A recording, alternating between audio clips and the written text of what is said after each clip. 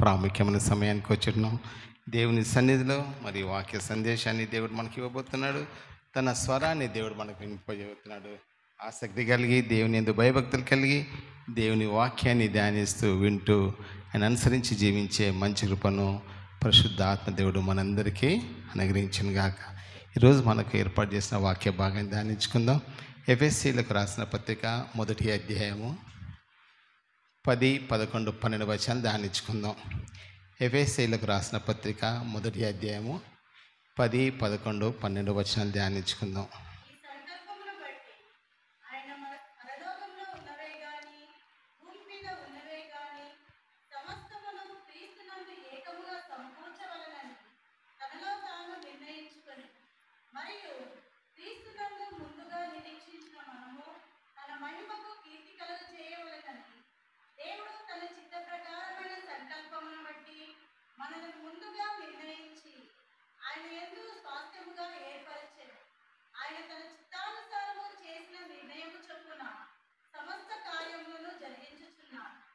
చాలమ్మా, దేవుని సన్నిధిలో ప్రార్థన చేసుకుందాం. మన ప్రభు మనకి ఇచ్చిన మంచి ఆధిక్యతను బట్టి ఆయన సన్నిధిలో మరొక పరిశుద్ధమైన దినాన్ని, అతి పరిశుద్ధమైన సమయాన్ని దేవుడు మనకు దయచేసేందుకే దేవునికి వందనాలు చెల్లించుకున్నాం. సకల ఆశీర్వాదాలకు కారణభూతుడైన మా తండ్రి, మీ పరిశుద్ధమైన మీ పాదం బట్టి ప్రభా మీకు వందనాలు, స్తోత్రములు చెల్లించుకుంటున్నాం. మహోన్నతుడైన మా దేవ, సర్వశక్తిమంతుడా, మీకే వందనాలు, స్తోత్రములు చెల్లించుకున్నాం. ఈ సంకల్పం బట్టి ఆయన పరలోకంలో ఉన్నవే కానీ భూమి మీద ఉన్నవే కానీ సమస్తమును క్రీస్తునందు ఏకముగా సమకూర్చోవాలని మొత్తం మీరు నిర్ణయించుకున్న విధానం బట్టి మీకు వందనాలు చెల్లించ మా జీవితాన్ని కూడా మీకు మహిమకరంగా జీవించే కృపను దయచేయండి ప్రభా. మీ సంకల్పం బట్టి లోకంలో జీవించే కృపను మాకు అనుగ్రహించి మా జీవితాలు మేము మార్చుకొని ఒక మాదిరికరమైన జీవితాన్ని జీవించే ఆధిక్యతను మాకు దయచేసి మీరు మహిమ పొందమని ప్రభా ప్రార్థన. ఈరోజు ప్రత్యేకంగా మీరు మాతో మాట్లాడమని ప్రభా, మీ స్వరాన్ని వినే కృపను మాకు దయచేయమని, మీ సన్నిధిలో మిమ్మల్ని అనుసరిస్తూ జీవించే కృప మాకు అనుగ్రహించమని ప్రార్థిస్తున్నాం. అయ్యా, మాలో ఉన్న ప్రతి అవిధేయతను ప్రభా అవిశ్వాసాన్ని తీసివేసి విశ్వాసాన్ని బట్టి మీరు మిమ్మల్ని అనుసరిస్తూ జీవించే చక్కని కృప మాకు దయచేయమని ప్రభు మీ పాసంలో ప్రార్థిస్తున్నాం. కొద్ది సమయం ప్రభా మీ పాసనం ఉంటుండగా మీరు మాతో ఉండి మాతో మాట్లాడమని యేసయ్య నామములో అడుగుచున్నాము తండ్రి, ఆమేన్. క్రీస్తునందు ప్రేమైన దేవుని సంగమా, దేవుని సన్నిధిలో అపొస్తలుడైన పౌలు గారు చాలా చక్కనే వివరణ ఇస్తున్నట్టుగా మనం చూస్తున్నాం. చక్కని ఆధిక్యతను మరి విశ్వాసులకును సంఘానికి కలిగజేస్తున్నట్టుగా చూస్తున్నాం. ఆయన అంటాడు దేవుని సన్నిధిలో ఈ సంకల్పం బట్టి, అంటే దేవుని యొక్క సంకల్పం బట్టి ఆయన పరలోకంలో ఉన్నవే కానీ భూమి మీద ఉన్నవే కానీ సమస్తమును క్రీస్తునందు ఏకంగా సమకూర్చవాలని తనలో తాను నిర్ణయించుకున్నట్టుగా మనం చూస్తున్నాం. కాబట్టి దేవుని సన్నిధిలో మానవాళికి ఇచ్చిన గొప్ప కృప, ఆయన సన్నిధిని మనకు దయచేసినందుకే దేవునికి మనం వందనాలు చెల్లించుకున్నాం. ఆయన సంకల్పం బట్టి మరి యేసుక్రీస్తు ఒక సంకల్పం బట్టి పరలోకంలో ఉన్నవి కానీ భూమి మీద ఉన్నవి కానీ సమస్తమును కూడా క్రీస్తు యేసునందు ఏకంగా మనకు సమకూర్చవాలని తనలో తాను దేవుడు నిర్ణయించుకున్నట్టుగా దేవుని కూడా చూస్తాం. కాబట్టి దేవుడు మనకి ఏదైతే ఏర్పాటు చేస్తున్నాడో, ఏది నిర్ణయించినాడో, వీటిని అనుసరించి మనం జీవించబోతున్నామో, ఏ కార్యాలు కలిగి మనం జీవించాలో దేవుడు మనతో మాట్లాడుతూ ఉన్నాడు. అనేక సంవత్సరాలుగా దేవుని వాక్యాన్ని వింటున్నాం. కానీ ఇక్కడ మానవుని యొక్క జీవితాన్ని మనం చూస్తాం, విని విడిచిపెడతాం, కానీ దాన్ని అనుసరించలేని జీవితాన్ని మానవులు జీవిస్తారు. కానీ దేవుని సంకల్పము చాలా గొప్పది అని చెప్పి మనం గమనిస్తున్నాం. కాబట్టి క్రీస్తునందు ఆయన మనకు సమకూర్చాలని, మనకు అనుగ్రహించాలని ఆ అనుభవంలో ముందు కొనసాగుతూ దేవుని మహిమపరుస్తూ ఆయనకు మహిమకరంగా మనం జీవించాలని దేవుడు తలస్తున్నట్టుగా ప్రేర చూస్తాం. చాలాసార్లు మనము దేవుని వాక్యాన్ని వింటాం, ప్రార్థిస్తాం, కానీ ఆయన సంకల్పాన్ని తెలుసుకోలేని స్థితిలో మనం జీవిస్తాం. ఏది నా కొరకు సమకూర్చబడింది, ఏది దేవుడు నాకు ఇవ్వబోతున్నాడు అనేది మానవుడి లోకంలో తెలుసు. కారణం ఏంటంటే ఈ లోకంలో ఉన్న వాటిని బట్టి ఆశిస్తూ దేవుని ద్వారా రావాల్సిన ఆశీర్వాదాలను మనము పొందుకోలేని స్థితిని కలిగి మనం ఉంటుండగా చూస్తాం. ప్రతి విషయంలోనూ దేవుని సన్నిధిలో చూసినట్టయితే ప్రతి విషయంలోనూ ఆరోగ్యాల దగ్గర నుంచి మన జీవితంలో ఎత్తుగల వరకు కూడా చూస్తున్నాం. కాబట్టి ఏం చేస్తామంటే దేవుని సన్నిధిలో సంకోచిస్తుంటాం, మన చేతిలో ముందుకు వెళ్ళలేవు, సమర్పణ జీవితం లేని స్థితిని కలిగి జీవిస్తూ ఉంటారు మనుషులు. దాన్ని బట్టే దేవుడు మనం ఏం చేస్తుండో, ఏ రకంగా అయితే ఆయన కలిగి మనం ఉంటామో దాన్ని బట్టి మనకు అనుగ్రహిస్తూ ఉంటాడు. కాబట్టి ఈరోజు దేవుని సన్నిధిలో ఆయన అనుసరించి వెంబడించిన వారి జీవితాల్లో ఆయన యందు విశ్వాసం ఉంచిన వారికి ఏ మేలు కొదవలేని స్థితిని కలుగజేసి సంపూర్ణమైన ఆశీర్వాదాలను దేవుడు కలుగజేసినట్టుగా మనం చూడబోతున్నాం. 11వ వచనంలో అంటాడు ఇక్కడ, మరియు క్రీస్తునందు ముందుగా నిరీక్షించిన మనము ఆయన మహిమ కొరకు కీర్తి కలుగజేయవాలని అంటాడు. ఆయన మహిమకు కీర్తి కలుగజేయవాలని అంటాడు. మరి నిజంగా ఈ లోకంలో మనం జీవిస్తున్నప్పుడు ప్రియ నా సహోదరి సహోదర, క్రైస్తవుడిగా ముద్రింపబడ్డాం. ఆయన మహిమకు మనం కీర్తిని కలుగజేస్తున్నామా అంటే మన క్రియలు ఏ విధంగానే ఆయన కీర్తిని కలిగజేసే మహిమకరంగా మనం జీవిస్తున్నాము. ఎందుకు ఈరోజు దేవుని ఆశీర్వాదాలు మనుషులు పొందుకోలేకపోతున్నారు? ఎందుకు దేవుని అనుసరించలేని జీవితం, ఎందుకు సంకోచిస్తున్నాం, ఎందుకు వెనుకంజ వేస్తున్నాం అనేది చాలా ప్రాముఖ్యమైంది. ఎప్పుడైతే మనిషి ఈ లోకంలో వాడిని ఆశిస్తాడో దేవుడు ఇవ్వదలిచింది వదిలేస్తుంటాడు. ప్రతి విషయాన్ని కూడా ఆయనకు సమయం ఇవ్వాలి. ఒకరోజు ఆయనకు సమయం ఇస్తే 100 రోజుల ఆశీర్వాదాన్ని ఇస్తాడు. అది జాగ్రత్తగా మనం గమనించాలి. కాబట్టి అందుకే దేవుని సన్నిధిలో దావీదు ప్రార్థన, నీ మందిరావరణంలో ఒకరోజు గడుపుట కానీ ఎంత గొప్ప కృప. దేనంటే అనుభవించి రుచి చూచి తెలుసుకున్నారు. కాబట్టి దాన్ని బట్టి దావీదు ఆ మాటను సెలవిస్తున్నట్టుగా చూస్తాం. అందుకే మనము క్రీస్తు మహిమకు కీర్తి కలిగజేసేవారుగా ఈ లోకంలో అంటే ఆయన మహిమను వెల్లపరిచేవారుగా, ఆయన సన్నిధిని అనుభవించేవారుగా, నిజంగా క్రైస్తవులు అన్న జీవితాన్ని కలిగి ఈ లోకంలో మనం ఉండాల్సిందిగా ప్రభు హెచ్చరిస్తున్నాడు. ప్రతి విషయంలోనూ కూడా క్రైస్తవ్యము, క్రీస్తును మనము వెల్లడిపరిచేవారుగా ఉండాలనే దేవుని యొక్క సంకల్పంగా మనం చూస్తాం. 12వ వచనం, దేవుడు తన చిత్త ప్రకారమైన సంకల్పం బట్టి మనల్ని ముందుగా నిర్ణయించాడు. ఆయన చిత్త ప్రకారమైన సంకల్పం బట్టి దేవుడు మనల్ని ముందుగా నిర్ణయించుకున్నాడు. ఎందుకు నిర్ణయించుకున్నాడు? మనల్ని ఏర్పాటు చేసుకొని నా నమ్మకమైన నా సాధనంగా ఆయన వాడుకున్నాడు. కానీ మనుషుల నమ్మకాన్ని విడదీస్తున్నారు. ఆయన మహిమ లేని జీవితం కాబట్టి దేవుడు ఎంతగానో చింతిస్తూ ఉంటున్నాడు. కాబట్టి నుంచి ఆయన యందు స్వాస్థ్యంగా ఏర్పరచుకున్నాడు. ఆయన చిత్త ప్రకారం, ఆయన చిత్తానుసారంగా చేసిన నిర్ణయం చొప్పున సమస్త కార్యాలను ఆయన జరిగించినాడు. ఆయన చెప్పినవన్నీ కూడా జరిగిస్తున్నాడు. మానవుడు వాటిని పొందుకోలేని స్థితిలో కలిగినాడు. ఎందుకు అనేది చూసినట్టయితే దేవుని సన్నిధిలో చాలా క్లుప్తంగా ప్రకటన గ్రంథము 3వ అధ్యాయము 20వ వచనం తెలుసా, ఇదిగో నేను తలుపు యొద్ద ఉండి తట్టుచున్నాను, ఎవడైనా నా స్వరను విని తలుపు తీసినట్టే అతనితో కలిసి నేను భోజనం చేస్తాను. హల్లెలూయా. కాబట్టి ఏం చేస్తున్నాడు? ఆయన చిత్త ప్రకారంగా మనుషుల్ని ప్రేమిస్తున్నాడు. కానీ మనుషులు దాన్ని దూరం చేసుకున్నారు. మరి తలుపులు బిగాయించుకొని కూర్చున్నారు. కానీ ఆయన స్వరాన్ని వినలేని స్థితిని కలిగి ఉండి, ఆయన అనుసరించలేని ఒక స్థితిని కలిగి మానవుడు జీవిస్తున్నట్టుగా ప్రేమైన దేవుని బిడ్డలారా చూస్తున్నాం. కాబట్టి ఆయన చిత్త ప్రకారమైన సంకల్పాన్ని నెరవేర్చే వారిగా ఉండాలి, దాన్ని పొందుకునే వారిగా ఉండాలి, ఆయన మహేపచ్చ బిడ్డలుగా మనం ఉండాలని దేవుని యొక్క వాక్యం మనకు సెలవిస్తున్నట్టుగా దేవుని బిడ్డలారా చూస్తున్నాం. అందుకని అపోస్తలుడైన పౌలు గారు ఎంతో ప్రయాసముతో వారందరినీ కూడా బలపరుస్తూ మరి ఎఫెసీ సంఘంలో ఆ వాక్యాన్ని అందిస్తున్నాడు. వాళ్ళు దేవుని సన్నిధిలో ఇటు అటు కాని స్థితిలో, సగము లోకము సగము దేవుడు అన్న స్థితిలో ఉన్నారు. మరి ఈ రోజుల్లో కూడా మనుషులు అలాంటి స్థితిని కలిగినారు. కానీ దాన్ని సంపూర్ణంగా పొందుకోలేని స్థితిని కలిగి ఉండి వారు ఉంటుండగా, ఎప్పుడైతే సంపూర్ణంగా పొందుకుంటారో, ఆయన అనుసరిస్తారో, వారి జీవితాలను దేవుడు ఎన్నో రెట్లు పైకి తీసుకెళ్తుండగా చూస్తాం. దేవునికి స్తోత్రం కలుగాక. ఒక మాట చూస్తాం దేవుని స్థలం. మొదటిగా మరి 2వ రాజుల గ్రంథము 5వ అధ్యాయము మొదటి 3 వచనాలు చదువుకున్నాం. 2వ రాజుల గ్రంథము 5వ అధ్యాయము అమ్మా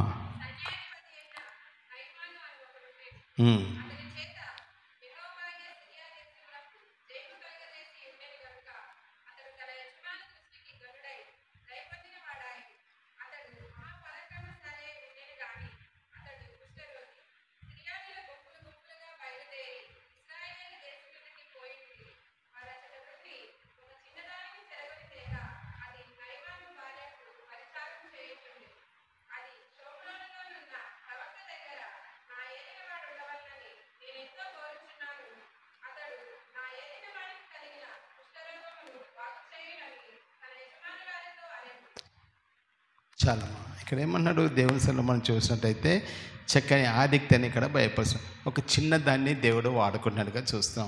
ఎందుకంటే నయమాను గొప్ప శక్తిమంతుడు, ఆయన గొప్ప శక్తిమంతుడు. ఆయన ఏం చేశాడు? నిజంగా సిరియా రాజు చేతిలో బలమైన సాధనంగా ఉన్నట్టుగా చూస్తాం. అతను ఏం చేస్తారు? ఒకసారి దేవుని సన్నిధిలో మరి ఇశ్రాయేలు మీద దండెత్తిపోయి అక్కడ ఉండే అనేకుల్ని వాళ్ళు జయించి వారు ఏం చేస్తున్నారు? చిన్నదాన్ని కూడా వెంటబడి ఆ చిన్నదాన్ని తీసుకొని వచ్చి అక్కడ ఏం చేస్తున్నారంటే నయమాని గృహంలో పని మనిషిగా తను ఉన్నట్టుగా మనం చూస్తున్నాం. కాబట్టి ఆ చిన్నది నిజంగా దేవుని సన్నిధిలో కొన్ని రోజుల తర్వాత గమనించగలిగింది. తన యజమానుడు కుష్టి వ్యాధితో బాధపడుతున్నాడన్న సత్యాన్ని తను తెలుసుకున్నట్టుగా మనం చూస్తున్నాం. అందుకని ప్రియమైన దేవుని బిడ్డలారా చూసినప్పుడు అప్పుడు తను ఏం చేస్తుంది? ఆ చిన్నది దేవుని యొక్క సంకల్పము, దేవుని యొక్క ఉద్దేశాన్ని తను బయలుపరుస్తున్నట్టుగా మనం గమనిస్తూ ఉంటున్నాం. ఎందుకు అనేది మనం చూసినట్టయితే ఆ చిన్నది అంటాడు, నా యజమానుడు నిజంగా ఇలాంటి స్థితిలో ఉన్నాడు కాబట్టి దేవుని సన్నిధిలో మరి అతను అక్కడికి వెళ్ళినట్టయితే ప్రవక్త ఉన్నాడు, ఆ ప్రవక్త ద్వారా తను నిజంగా దేవుని సన్నిధిలో మనం చూసినట్టయితే అతను శుద్ధి అవుతాడు అన్న ఉద్దేశం. కానీ ఎవరి సంకల్పం? అది దేవుని యొక్క సంకల్పం. కానీ అక్కడ ఏం వాడుకుంటాడు దేవుడు? ఒక చిన్న పిల్లను వాడుకుంటున్నాడు. ఉండొచ్చు 10-12 సంవత్సరాల వయసులో ఉండొచ్చు, కానీ ఆ వయసులోనే దేవునికి మహిమకరంగా ఆ చిన్నది వాడబడుతున్నట్టుగా గొప్ప కార్యం చేయబోతుండే చూస్తాం. అప్పుడు ఏంటంటే సిరియన్ల మధ్యలో చాలా బలవంతులుగా మనం చూస్తున్నాం. సిరియన్లు వాళ్ళు బలమైన మరి అధికారిగా తను ఉన్నాడు.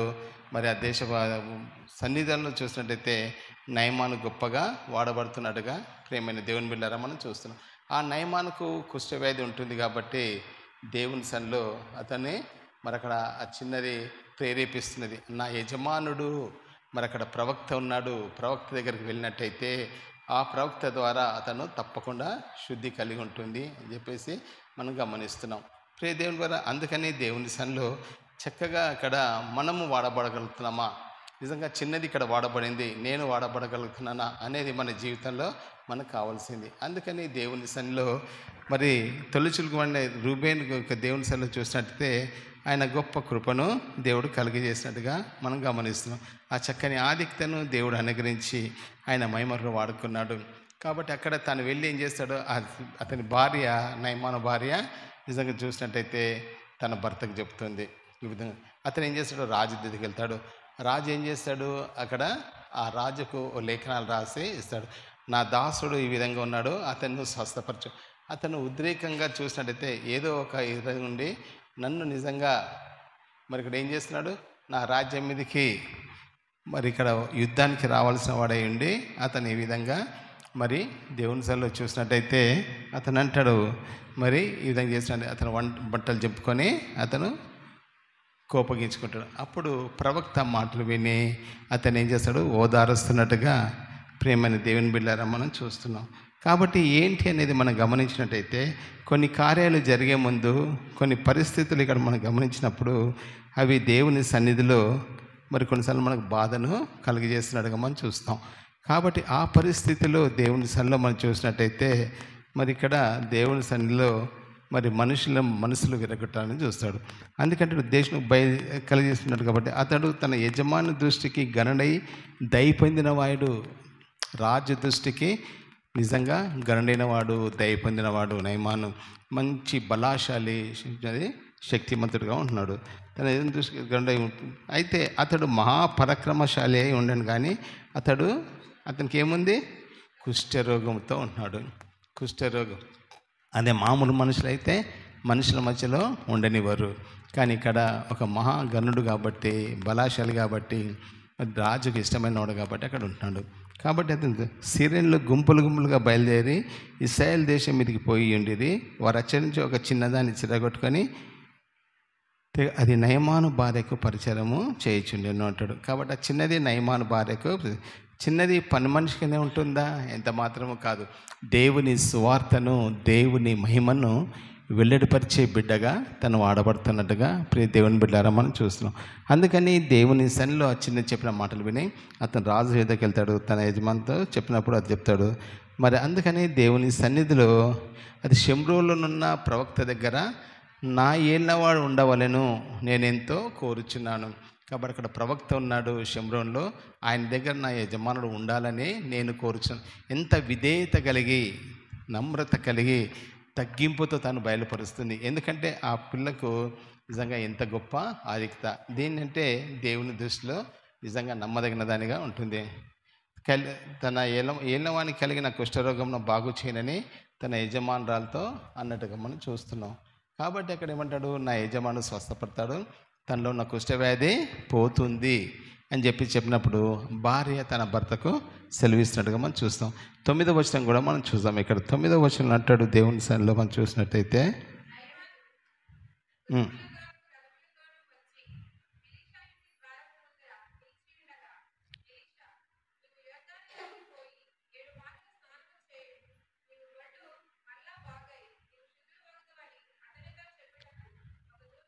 చాలమ్మ అతను ఎక్కడికి వచ్చాడు? ఇక్కడ నయమాను గుర్రములతోనూ రథములతోనూ ఎలీషా మీదకి యుద్ధానికి వచ్చినట్టుగా వచ్చాడు. ఏంటంటే హోదా కలిగి ఉన్నాడు కాబట్టి తన హోదాను చూపించుకున్నాడు. మనుషులు దేవుని దృష్టిలో చూసినట్టే వ్యర్థము అనేది మనకు గమనించాల్సిన మంచం. అక్కడ ప్రవక్త దగ్గరికి వచ్చినప్పుడు, దేవుని సన్నిధికి వచ్చినప్పుడు అతను తగ్గింపుతో కాదు కానీ తన హుందాతనాన్ని బయలుపరుస్తున్నాడు. ఆ గుర్రంతో రథం ఎలీషా ఇంటికి ద్వారం ముందర నిల్చుండి ఏమంటాడు, ఎలీషా నీవు ఎలీషా ఏం చేస్తాడు, తన శిష్యుని పంపించి నీవు యోర్దాను నదికి పోయి 7 మార్లు స్నానం చేయి, 7 మార్లు స్నానం చేయి, నీ ఒళ్ళు మరలా బాగా నీవు శుద్ధుడవుదని అతనితో చెప్పుటకు మరి అతని దూతను పంపాడు. ఆ మాట విన్న తాను ఏం చేస్తాడు, అందుకు నయమాను కోపం తెచ్చుకోండి. ఎందుకంటే హోదా కలిగి ఉన్నాడు కాబట్టి తను చేస్తున్నాడు. మరి అతను ఏం చేస్తాడు ప్రవక్త దగ్గర, మరి అతను వచ్చి నాకు చెప్పొచ్చు కదా, అతను నయమాను మనిషిని పంపిస్తాడా, నన్ను యోర్దాను నదిలో మునగమంటాడా? నా యొద్దకు వచ్చి నిలిచి దేవుడైన యెహోవా నామమును బట్టి తన చెయ్యి రోగముగా ఉన్న స్థలం మీద ఆడించి కుష్ఠరోగమును మాన్పునని అనుకుంటేనే అంట. తను ఊహించుకున్నాను. దేవుని కార్యం ఏ విధంగా జరుగుతుందో మనిషి జీవితం తెలియదు, కానీ మనుషుల ఊహలు నిజంగా చాలా భయంకరంగా ఉంటాయి. నయమాను కూడా ఆయనే నా దగ్గరకు వచ్చి నా చేతి పట్టుకొని నా కుష్ఠవ్యాధి నయమానుగా కనవచ్చు కదా, అతను ఈ విధంగా చెప్తాడా అనేసి ఏమనుకుంటాడు దేవుని సన్నిధిలో చూస్తే. దమస్కులు నదులలో మరి ఇక్కడ ఏమన్నా అవానాయును పర్వారును ఇశ్రాయేలు దేశంలోని నదులన్నిటికంటే శ్రేష్టమైనవి కావా, వాటిలో స్నానం చేసి శుద్ధి నొందలేనా అని అనుకొని రౌద్రై తిరిగి వెళ్ళిపోతున్నట్టుగా మనం చూస్తాం. కోపం తెచ్చుకొని అయ్యా నా రాష్ట్రంలో నా దేశంలో లేవా, వీటికంటే మంచివి కావా, నేను శుద్ధి కానా అనేసి అతను ఆలోచిస్తున్నాడు. ఎప్పటికైనా మనిషి తన చుట్టూ ఏం చేస్తాడు ఆలోచిస్తేప్పుడు దేవుడు చెప్పిన మాటలను తృణీకరించి ఏం చేస్తారు, తన చుట్టూ తానే ఆలోచిస్తూ ఉంటాడు. నాది అనుకున్న స్థితిలో ఇక్కడ కూడా నయమాను అహంకారానికి ఒక సూచికగా ప్రియ దేవుని బిడ్డ చూస్తాం. ప్రియ దేవుని బిడ్డ జాగ్రత్తగా గమనించాలి. ఈరోజు మనల్ని మనము హెచ్చించుకొని జీవిస్తున్నామేమో, కానీ తగ్గించుకున్నప్పుడే దేవుని మహిమను చూడగలుగుతాం. ఎప్పుడైతే దేవుని మాటను వింటామో మన జీవితంలో కార్యస్థితి పొందగలుగుతామన్న నమ్మకాన్ని ఈరోజు మనం నేర్చుకోవాలని చెప్పి దేవుని సన్నిధిలో చూస్తున్నాం.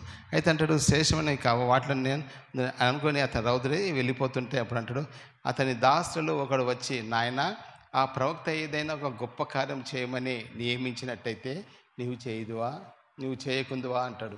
మరి ఆ ప్రవక్త ఒక గొప్ప కార్యం చేయమని చెప్పినట్టయితే నువ్వు చేయకుంటుంటివా, చేస్తుంటివి కదా మరి.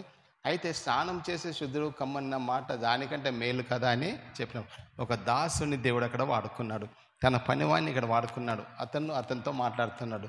అతను చేయమన్నప్పుడు ఒక మహాకార్యం చేయలేవా, నువ్వు చేసేవనివే కదా, మరి ఇప్పుడు స్నానం చేసుకొని రమ్మన్నాడు, అది తప్పేముంది అన్నట్టుగా అతను నువ్వు శుద్ధుడు కమ్మని మాట దానికంటే మేలు కదా అని అతను హెచ్చరించినప్పుడు అప్పుడు తను ఏం చేస్తాడు, అతడు పోయి దైవజనుడు చెప్పినట్లు యోర్దాను నదిలో 7 మార్లు మునగగా అతని దేహము పసిపిల్ల దేహం వలె అతడు శుద్ధుడాయను. హల్లెలూయా. ఏమయ్యాడు, తన దాసుని ద్వారా జ్ఞానోపదేశాన్ని కలుగజేశాడు దేవుడు. ఇక్కడ చూసినట్టయితే ఒక చిన్న దాని ద్వారా అక్కడ మేలు చేసేసాడు, మార్గం చూపాడు. రెండోది దాసుని ద్వారా కార్యాన్ని జరిగించినట్టుగా ప్రియమైన దేవుని బిడ్డలారా మనం చూస్తున్నాం. కాబట్టి దేవుడు ఎప్పుడు ఎవరిని ఎక్కడ వాడుకుంటారో తెలుసు. మనం ఏం చేస్తామంటే అహంతో వీరు నాకు చెప్పాలా, ఇది నేను అనుభవించాలా, నేను చేయాలనుకునే అహంతో మనుషులు ఉంటారు. నయమాను కూడా ఓ పెద్ద హోదా గలవాడు, శక్తిమంతుడు, బలశాలి, మరి సిరియా దేశానికి అధిపతిగానే తను చూస్తున్నాం.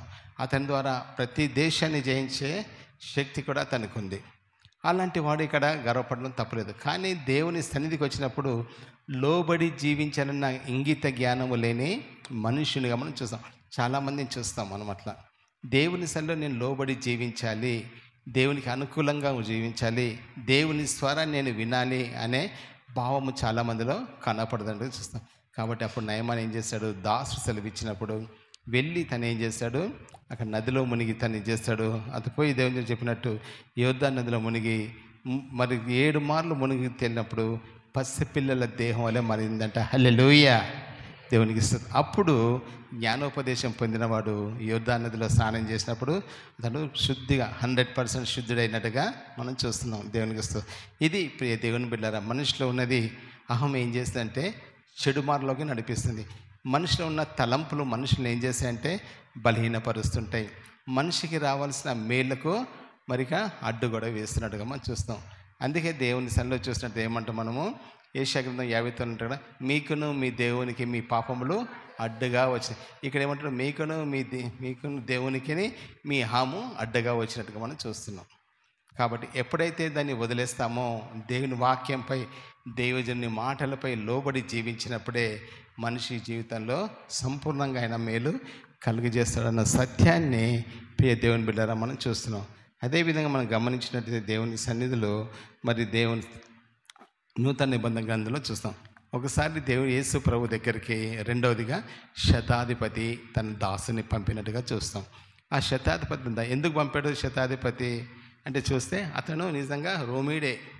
కానీ దేవుని దగ్గరికి ఎందుకు పంపించాడంటే తన దాసుడు అస్వస్థ గురై ఉన్నాడు, మరణానికి సమీపించిన స్థితిలో అతను ఏం చేశాడు, అయ్యా యేసు ప్రభు దగ్గరికి నేను వెళ్ళినట్టయితే, ఆయన దగ్గర వెళ్ళినట్టే నా దాసుడు బాగుపడదు అంటే ఆ శతాధిపతి తన దాసుల గురించి ఎంతటి శ్రద్ధ తీసుకున్నాడు, తన దాసుల గురించి ఎంతగా ఆలోచన కలిగి ఉన్నాడు అనేది మనం చూస్తాం. పంపినప్పుడు తను వచ్చి దాసుడు వచ్చి సెలవిస్తాడు, అయ్యా మా శతాధిపతి మీ దగ్గర పంపించాడు అతను అంటే, మళ్ళీ వెంటనే మరొక దాసును పంపించి యేసుక్రీస్తు ప్రభువారు నా ఇంటికి రావడానికి నేను యోగ్యుని కాదు, నా ఇల్లు యోగ్యమైంది కాదు, నా పరిస్థితి అంటే అన్యుడు కాబట్టి ఆ యోగ్యత నాకు లేదు అని చెప్పి పంపిస్తాడు. వద్దు, ఆయన మాట మాత్రం సెలవేయమని అంటాడు అక్కడ. అప్పుడు ప్రభు అంటాడు, దేవుని సెలవు చూసినట్టయితే మరి పంపినట్టు చూస్తాడు అతడు ఎంతడు ఆ సమయంలోనే ప్రభు మాట వేస్తాడు. దాని అయితే వెంటనే అతను ఏం చేస్తాడు, దేవుని సన్నిధిలో తన దాసుడు ఆ సమయాన్నే చక్కబడుతున్నట్టు చూస్తాం. అప్పుడు ప్రభు అంటాడు, నిజంగా ఇంత గొప్ప విశ్వాసము ఇశ్రాయేల్లో నేను చూడలేదు. హల్లెలూయా. ఎంత శతాధిపతిలో ఏముంది, అతను అంటాడు, నిజంగా ప్రభు నా ఇంటికి వస్తే నేను యోగ్యున్నా, ఆయన పరలోకం నుంచి వచ్చిన దేవుని కుమారుడు కాబట్టి ఆయన లోకంలో స్వాతంత్రం ప్రకటిస్తూ అతను నా ఇంటికి రావడానికి ఎంత మాత్రమో నేను యోగ్యుని కాదు అనుకుంటాడు. అనుకొని పంపినప్పుడు అప్పుడు ప్రభు అంటాడు, ఇతను గొప్ప విశ్వాసే, ఇశ్రాయేల్లోనూ ఇట్లాంటి విశ్వాసాన్ని నేను చూడలేదు అంటాడు. ఆయన మాట మాత్రం సెలవిచ్చినప్పుడు తన దాసుడు నిజంగా స్వస్థపడినట్టుగా చూస్తాం. నిజంగా అక్కడ ఇశ్రాయేలు ప్రజలందరిలో కూడా అక్కడ ఉన్న వారందరూ కూడా వ్యాప్తి చెందినట్టుగా చూస్తాం. అది విశ్వాసానికి సాదృశ్యం దేవుని బిడ్డ. కాబట్టి నీ విశ్వాసం కలిగి ఉన్నావా, ఎక్కడైతే నీవు నిజంగా దేవుని సల్లో తలుపు వేసుకుంటున్నామో అక్కడే ఆగిపోతుంది. ఎక్కడైతే మనం బిగించుకొని జీవిస్తున్నామో అది అక్కడే ఉండిపోతున్నట్టుగా చూస్తాం. దాని ప్రతిఫలానికి దానికి కావాల్సిన ప్రతిఫలము పొందలేని వారుగా ఉంటున్నట్టుగా ప్రియమైన దేవుని బిడ్డలారా మనం చూస్తున్నాం. కాబట్టి దేవుని సన్నిధిలో మనం గమనించినప్పుడు శతాధిపతి గొప్ప విశ్వాసాన్ని చూశాడు, గొప్ప విశ్వాసం కలిగితన్నట్టుగా యేసు ప్రభువుల వారే సాక్ష్యం ఇట్టుగా మనం చూస్తున్నాం. కాబట్టి అలాంటి సాక్ష్యాన్ని కలిగి మనం జీవించాలి. నిజంగా క్రైస్తవులుగా జీవిస్తున్నామే, నేను క్రీస్తుని కలిగి జీవిస్తున్నాను కదా, నాలో విశ్వాసం ఉందా, నేను ప్రభువుని అనుసరించగలుగుతున్నానా, ప్రభు బిడ్డగా నేను జీవిస్తున్నానా, నిజంగా నేను నా ఇంటిలోకి ఈరోజు ఆ దేవుడు కృపనిచ్చాడు, అతను ఆహ్వానించుకునే కృప నాకు ఉందా, నేను దేవుడి రాకడకు తలుపులు అడ్డం వేసుకున్నా. జాగ్రత్తగా మనం గమనించాలి ప్రియదేవుని. ఈరోజు ఏం చేస్తున్నాం, నాకు వద్దులే దేవుడు, నాకేం చేసేది, నాకు వద్దులే ప్రార్థనలు అంటే మనిషి ఒక అహంతో లోకంలో, ఎందుకంటే ఈ లోక సంబంధమైన వాటిని ఆశిస్తున్నట్టుగా గమనిస్తాం. అందుకని దేవుని తృణీకరిస్తున్నారు. వారి జీవితాలు ఫలభరితం లేని జీవితాలుగా చూస్తున్నాం. వారి జీవితాలు కూడా ఏడవిందంటే మరి అక్కడి నుంచి ముందుకు సాగట్లేదు, ముందుకు వెళ్ళని స్థితిలో ఉన్నట్టుగా మనం చూస్తాం. కాబట్టి సిద్ధపాటు లేని ఒక జీవితము అది వ్యర్థమైంది అన్నట్టుగా, సిద్ధపాటు లేకుండా పరలోక రాజ్యానికి మనం వారసుగా వెళ్ళాం. ఈ లోకంలో అన్నీ కూడా దేవుడు మన కొరకు ఏర్పాటు చేశాడు కాబట్టి వాటిని అనుసరించి జీవించే కృపను దేవుడు మనకు కలిగజేసినట్టుగా ప్రియమైన దేవుని బిడ్డలారా మనం చూస్తున్నాం. అందుకని మనం జాగ్రత్తగా దేవుని సన్నిధిలో మనం జీవించాలి. శతాధిపతిని చూస్తున్నాం, నేను యోగ్యుని కాదయ్యా అంటాడు. అతనిలో ఆ విశ్వాసం ఉంది, ఆయన అతి పరిశుద్ధుడయ్యా, నా ఇంట్లోకి రావడానికి నేను ఎంత మాత్రం కూడా యోగ్యుని కాదు అన్నట్టుగా. కానీ యోగ్యత దేవుడు మనకిచ్చాడు. మరి ఈరోజు దాన్ని అనుభవిస్తున్నామా? దాన్ని పొందుకుంటున్నామా? దేవునికి మనం ద్వారాలు తెరిచి ఉంచున్నామా? నిజంగా నా కుటుంబం ఆశింపబడాలి, నా కుటుంబం అభివృద్ధి పొందాలి, నా కుటుంబము నిజంగా దేవుని సన్నిధిలో మరి ఆయనకు మహిమకరంగా జీవించే కుటుంబంగా నేను ఉండాలి. ఆ ఆశ మరి ఎవరిలో ఉండాలి? విశ్వాసమైన మనలో ఉండాలి. దానికి దేవుని సన్నిధిలో మనం సిద్ధపడే వారిగా ఉండాలని దేవుని వాక్యం సెలవుస్తుంది. మూడో మాటను చూసాం దేవుని సన్నిధిలో. మళ్ళీ ఇక్కడ 10 మంది కన్యకలను చూస్తున్నాం. 10 మంది కన్యకలు పెళ్లి కుమారుడు పెళ్లి విందుకు పిలువబడ్డారు. దాంట్లో వాళ్ళు దీపాలు వెలిగించాలని చూస్తున్నాం. వాళ్ళని పిలిచినప్పుడు 10 మంది కన్యకలు అక్కడికి వెళ్ళారు. కానీ పెళ్లి కుమారుడు రావడము ఆలస్యం జరిగింది. పెళ్లి కుమారుడు రాగానే అందరూ నిద్రపోతున్నారు. రాత్రికాల సమయంలో మధ్యరాత్రిలో పెళ్లి కుమారుడు వచ్చాడు, రండి రండి అని కేకలు వేయడం జరిగింది. అక్కడ కేకలు వేసినప్పుడు అందరూ లేచిన పడ్డారు. మరి ఒక 5 మంది కన్యకలు ఏం చేశారు? వారు సిద్ధపాటు కలిగి ఉన్నవారు, ముందు జ్ఞానం కలిగినవారు, ముందు చూపు ఉన్నవారు, జరగబోయేదాన్ని వాళ్ళు గ్రహించుకుంటారు. కాబట్టి వారు సిద్ధల్లో నూనెను ఎక్స్ట్రాగా వాళ్ళు తీసుకెళ్లారు. అప్పుడు వెలిగింపబడ్డాయి వాళ్ళ సిద్ధలు ఉంటే మిగతా 5 కన్యకల యొక్క సిద్ధలు ఆరిపోయి నూనె అయిపోయింది. అప్పుడు వారిని కొద్దిగా అడుగుతారు, అంటే మేము ఇవ్వ, మాకు సరిపోదు, మీరు మార్కెట్లోకి వెళ్ళి తెచ్చుకోండి. అప్పుడు బజార్ అంతా కూడా తిరిగి వస్తారు, ఎక్కడ వరకు దొరకదు. అప్పుడు పెళ్లి కుమారుడు వస్తాడు, 5 మంది కన్యకలు లోపల వెళ్ళిపో. వాళ్ళు వచ్చి తలుపు కొడతారు, మీరెవరో నాకు తెలియదు. స్వరం వింటారు, మీరెవరో నాకు తెలియదు అని అంటారు. తలుపులు వేయబడతాయి. అంటే సిద్ధపాటు లేని జీవితము పరలోక రాజ్యానికి వారసత్వాన్ని ఇవ్వదు అన్న సత్యాన్ని ఇక్కడ చాలా సింపుల్గా దేవుడు తెలియపరిచినట్టుగా పిల్లరా చూస్తాం. ఆ సిద్ధపాటు నువ్వు ఉన్నావా నా సహోదరి, ప్రియ సహోదరుడా? ఆ సిద్ధపాటుతో నువ్వు లేనప్పుడు నిజంగా నీ జీవితం వ్యర్థమైందన్నట్టుగా మనం ఇక్కడ గమనించాలి. మనము ఆయన సన్నిధిలో ఆయన కలిగి జీవించడానికి, ఆయన అనుసరించడానికి ప్రభు కొరకు మన ద్వారాలు తీయబడి ఉండాలి. కాబట్టి ఈరోజు మనం ఏం చేస్తాం? ద్వారాలన్నీ కూడా మూసుకున్నాం. అందుకంటాడు, నేను తలుపు యొద్ద ఉండి తట్టొచ్చునంటే ఆయన స్వరం వినలేని మరి ఏమైంటున్నాం? ఇక్కడ మనము చెవిటి వారిగా జీవిస్తున్నాం, వినలేని వారిగా ఉన్నాం. వినమంటూ వింటున్నాం కానీ వదిలేస్తున్నాం. అనుసరించిన నీ జీవితాన్ని కలిగి ఆ కుటుంబాల్లో ఆశీర్వాదం లేని ఒక కుటుంబాలుగా మనం గమనిస్తున్నట్టుగా దేవుని బిడ్డ చూస్తాం. అప్పుడు ఆ మార్కెట్ అంతా కూడా తిరుగుతారు. 5 మంది వెళ్ళి అక్కడికి వస్తారు. అప్పుడు చూస్తే ఏమి వరకు అందరూ కూడా దుకాణాలు బంద్ చేసుకుంటారు, దొరకదు. మళ్ళీ అక్కడికి వస్తారు, తలుపులు వేయబడతాయి, తలుపులు తట్టుచుంటారు. ఎవరంటే మేము ఇట్లా వచ్చామంటే మీరెవరో మాకు తెలియదు. కాబట్టి సిద్ధపాటు లేని మన జీవితం, ప్రభు కొరకు ఆశ లేని జీవితం, ప్రభుని చేర్చుకోలేని ఒక జీవితం పరలోకంలో ఎంత మాత్రం నీకు తలుపులు తీయబడవు అనేది ఈ వాక్య సత్యం ద్వారా నేర్చుకున్నాం. ఎందుకంటే సిద్ధపడ్డవారు వారు ఏం చేశారు? అన్నీ సమకూర్చుకున్నారు, అని కలిగి ఉన్నారు.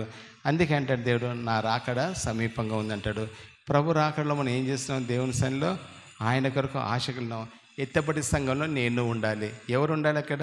నేను 2 నెలలకు ఒకసారి ప్రార్థన చేస్తాను, సంవత్సరం ఒకసారి వాక్యాన్ని వింటానన్న వారు కాదు. అనుదినము ఆయన సన్నిధిలో హృదయాన్ని మార్చుకొని ఆయన వెంబడించిన వారే పరలోక రాజ్యానికి వారసులుగా మనం చూస్తాం. ప్రియ సహోదరి సహోదరా, ఈ రోజైనా నీ హృదయాన్ని మార్చుకో, నీ తలంపులు మార్చుకో. క్రీస్తు సన్నిధిని నిజంగా నిర్లక్ష్యపరచకుండా ఆసక్తి కలిగి ఆయన కొరకు మనం ఎదురు చూసినప్పుడు దేవుడు ఆ కార్యాన్ని మన జీవితంలో జరిగిస్తున్నట్టుగా మనం గమనిస్తున్నాం. కాబట్టి ఆ 10 మంది కన్యకల్లో 5 మందే వెళ్ళగలిగారు. కాబట్టి 5 మంది విడవబడినట్టుగా చూస్తాం. వారి జీవితాలు ఎంత భయంకరంగా ఉంటాయో ఒకసారి చూడండి.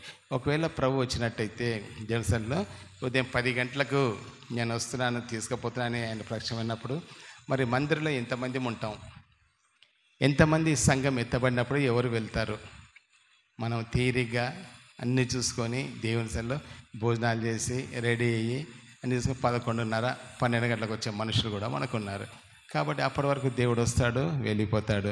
మరి విడవబడిన నా స్థితి ఏంటి? భయంకరమైన పరిస్థితి. జాగ్రత్త. సమయ పాలన అనేది దేవుని సన్నిధిలో చాలా ప్రాముఖ్యమైంది.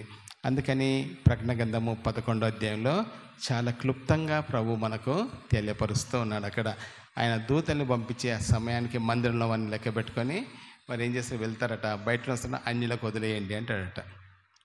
కాబట్టి ఈరోజు వారికే ప్రతిఫలము పరలోక రాజు, వీరు నా మందిరంలో ఉన్నారు అని చెప్పి ప్రభు దగ్గర మరి అక్కడ అటెండెన్స్ మనకు దొరుకుతుంది.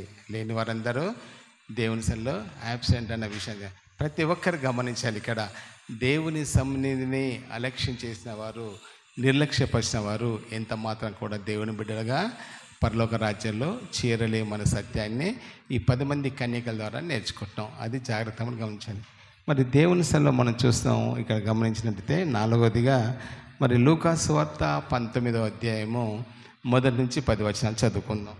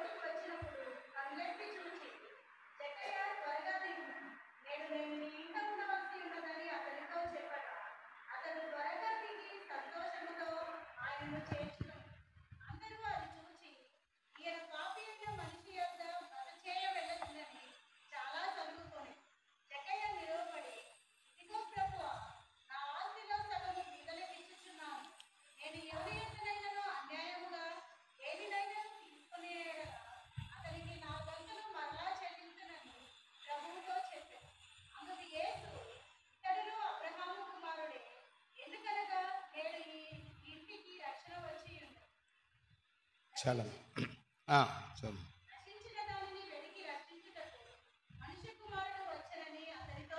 దేవునికి స్తోత్రం. ప్రియ దేవుని బిడ్డారా, మరి శపింపబడిన యెరికో పట్టణము ఎప్పుడు శపింపబడింది?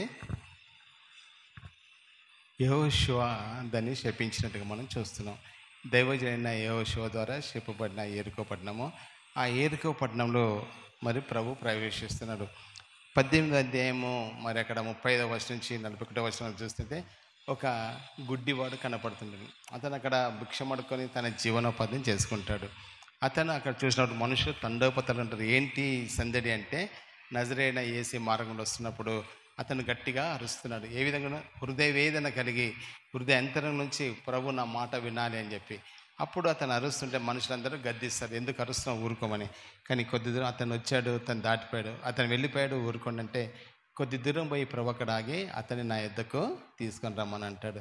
అప్పుడు అతను దేవుని సన్నిధిలో చూసినట్టే దేవుని దగ్గరికి వెళ్ళినప్పుడు నీకేం కావాలంటే నాకు చూపు కావాలి. దేవుడు అతన్ని చూపు అనేది చూస్తాం. అది యెరికో పట్టణంలో కార్యంగా చూస్తున్నాం. రెండోదిగా మరి ఇక్కడ జక్కయ్య అనే గొప్ప ధనవంతుడు, ఒక ట్యాక్స్ ఆఫీసర్గా తను ఉంటాడు, సుంకపు గుత్తదారుడు. కాబట్టి అతనికి ఎలాంటి పేరు ఉందంటే అన్యాయస్తుడు, అనేక దగ్గర డబ్బు తీసుకున్నాడు, అందరినీ మోసపరిచాడు అన్నట్టుగా ఉన్నాడు. అతను ఏం చేస్తున్నాడు, చూసినప్పుడు అయ్యా నజరేయుడైన యేసు మార్గం గుండా వస్తున్నాడు యెరికో పట్టణానికి అన్నప్పుడు ఆశ, ఎవరయ్యా యేసు, అతనున్న ప్రత్యేకత ఏంది, అతన్ని గమనించాలి, అతన్ని చూడాలన్న ఆశ జక్కయ్యలో కలిగినప్పుడు అతను ఏం చేస్తాడు, వెళ్తుంటే విపరీతమైన జనాలు వారి మధ్యలో వెళ్ళలేని స్థితి. జక్కయ్య పొట్టివాడు అయినప్పటికీ కూడా అతను వెళ్ళి రోడ్డు పక్కలో ఒక చెట్టు ఉంది, మేడి చెట్టు, దాన్ని ఎక్కి కూర్చుంటాడు. యేసు ప్రభు ఆ మార్గం వస్తూ చెట్టు దగ్గర ఆగి, జక్కయ్య నువ్వు త్వరగా దిగరా, ఈరోజు నేను నీ గృహంలో ఏమన్నాడు, బస చేయించున్నాను అంటాడు. ఇక దిగి సంతోషంతో మరి అక్కడ ఏం చేస్తాడు, అతను దేవుని సన్నిధిలో చూస్తే నేను ఇంట్లోకి బస చేసినంటే అతను త్వరగా దిగి సంతోషంతో ఆయనను చేర్చుకున్నట్టుగా చూస్తాం. హల్లెలూయా. కానీ జక్కయ్య విషయము ప్రభువుకు తెలియదు. కానీ మన హృదయ అంతరంగాలు ఉన్న దేవుడు సమస్తం తెలుసు కాబట్టి మరి జక్కయ్యకు ప్రభు గురించి తెలుసు. కానీ అతను ఆశను గమనించాడు ప్రభు. జక్కయ్య ప్రభుని చూడాలన్న ఆశతో అతను ఉన్నట్టుగా ప్రియ దేవుని మీద రమ్మని చూస్తాం. ఆశ ఈరోజు మనలో ఉందా? నేను ప్రభుని చూడాలి, నేను ప్రభు స్వరం వినాలి, నేను ప్రభుతో సహవాసం కలిగి ఉండాలి అనే ఆశ ఈరోజు మనిషిలో ఉండాలి. ఈరోజు ఎందుకు దేవుని సన్నిధిలో మా ఆశలు సన్నగిలుతున్నాం అంటే, మనిషి లోక సంబంధం వాటిని ప్రేమిస్తున్నాడు కాబట్టి, దైవాత్మపూర్ణమైన దేవుని వాక్యాన్ని మరి గ్రహించలేని స్థితిలో ఉన్నాడు కాబట్టి అనేక నానా కష్టాలు పడుతూ మనిషి ఈ లోకంలో జీవిస్తుంది. ఎందుకు ఇలాంటి విషయం అంటే దేవుడైతే ఆశీర్వాదాలు ఇవ్వడానికి వచ్చాడు. ఎందుకంటే ఆశీర్వాదాలు పొందుకునే స్థితిలో మనము లేము. ఆయన మహిమను చూసే కృప మనకు లేదు. ఎందుకంటే మన జీవితాల్లో ఈరోజు భయంకరమైన పరిస్థితి కలిగి ఉన్నట్టుగా చూస్తాం. అందుకే దేవుని సన్నిధి పొందిన. కానీ అన్యాయస్తుడైన జక్కయ్య అతని గురించి చూస్తున్నాం. నయమాను చూస్తాం, అహంకారంతో ఉన్నాడు. మరి దేవుని సన్నిధిని చూస్తే శతాధిపతిని చూస్తాం, విశ్వాసం కలిగి ఉన్నాడు. 10 మంది కన్యకలు సిద్ధపాటుతో సగం మంది వెళ్ళారు, 5 వెళ్ళలేదు.